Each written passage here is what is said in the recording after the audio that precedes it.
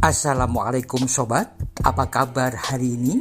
Salam sejahtera untuk semuanya. Saya pernah membuat status tanggal 4 Juni 2024 tentang ikut sertanya NU dalam pengelolaan tambang. Yang intinya NU tidak siap dan tidak punya background untuk berbisnis ala tambang.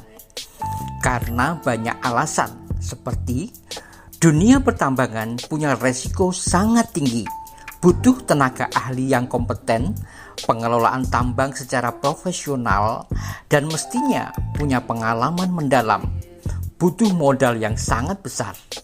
Apakah NU punya sederet modal itu? Ternyata kan tidak. NU sama sekali tidak punya rekam jejak masalah bisnis, apalagi tentang pertambangan. Karena memang NU didirikan, didesain bukan untuk berbisnis dan berdagang, tetapi untuk meningkatkan kualitas beragama jamiahnya. Terkaan saya waktu itu NU akan morat-marit bila NU masuk dalam dunia bisnis karena keluar dari marwahnya. Dalam surat izin konsesi yang dikeluarkan Jokowi, NU mendapat jatah tambang seluas 26.000 hektar. Pada 30 Mei 2024, Jokowi menerbitkan PP nomor 25 tahun 2024 yang memperkenankan Ormas mendapatkan izin pengelolaan pertambangan melalui skema Wilayah Izin Pertambangan Khusus atau WIUPK. Dan NU menangkap peluang itu.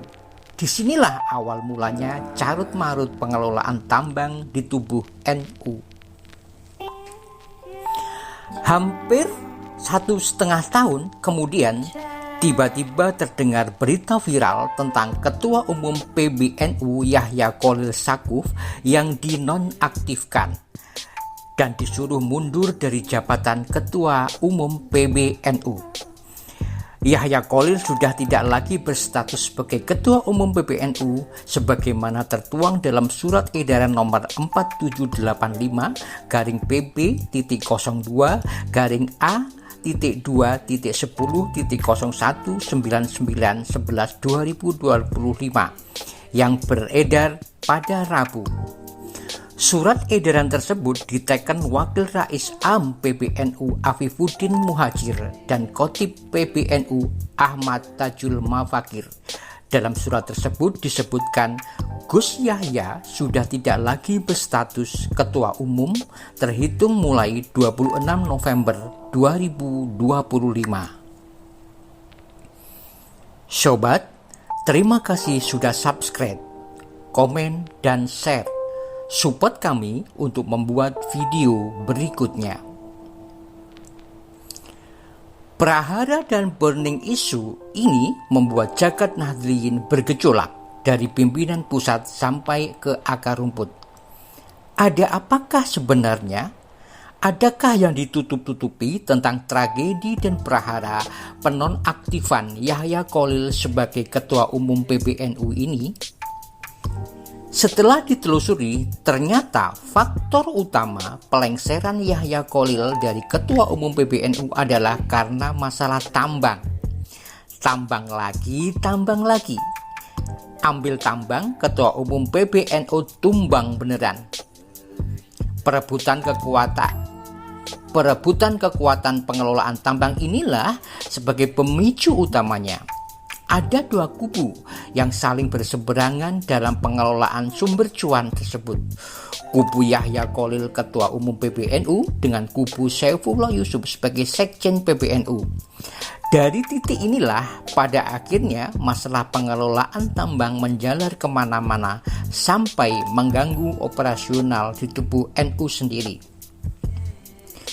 Situasi panas di tubuh NU sampai saat ini semakin ruwet akibat perebutan Rojo Brono berupa tambang. Kesalahan fatal PBNU adalah mengambil konsesi pengelolaan tambang dari negara. NU tidak sadar kalau hal tersebut adalah jebakan Batman yang akan menghancurkan NU dari dalam. NU tidak akan hancur bila diserang dari luar, tetapi NU akan hancur bila diserang dari dalam. Dan pada kenyataannya, setelah prahara dan kontroversi beberapa hari ini, ternyata benar adanya. Ambil tambang, Ketua Umum PBNU tumbang. Coba kalau ambil Juleha anak Pak RW, sudah pasti lain ceritanya. Ketika sesuatu pekerjaan tidak dikelola oleh para ahlinya, maka tunggulah saat kehancurannya. Dan itu tidak menunggu waktu lama, cukup 1,5 tahun setelah surat konsesi diterbitkan. Semua hancur lebur pada waktunya. Makanya jangan sok kemaruk terhadap Rojo Brono, bubrah semuanya. Lalu apakah yang terjadi berikutnya? Kita tunggu sinetron-sinetron berikutnya. Kembalilah ke kisah pendirian NU sebagai organisasi keagamaan yang melayani umat, bukan anut grup kelola tambang, gas bumi, dan lain-lain yang pada akhirnya memunculkan prahara semacam ini. Sobat, bagaimana menurut Anda? Silakan berkomentar. Wassalam.